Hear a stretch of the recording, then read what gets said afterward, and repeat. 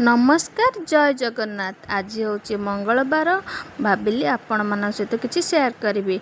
मंदार फूल देखा जेतिकी सुंदर ताठू अधिक सुंदर माँ को मुंडरे शोभा पाई थाए यही फूल।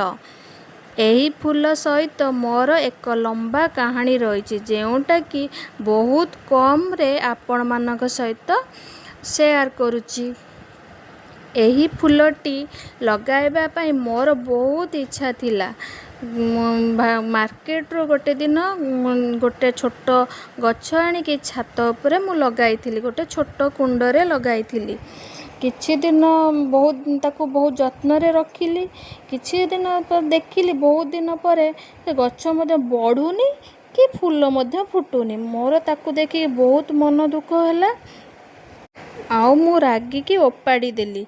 से ओपाड़ी की सेठी फोपाड़ी देइथिली। किछि दिन गला पर देखिली सेठी आपे आपे गछटी बढ़ीची मध्य कढ़ मध्य हेइची।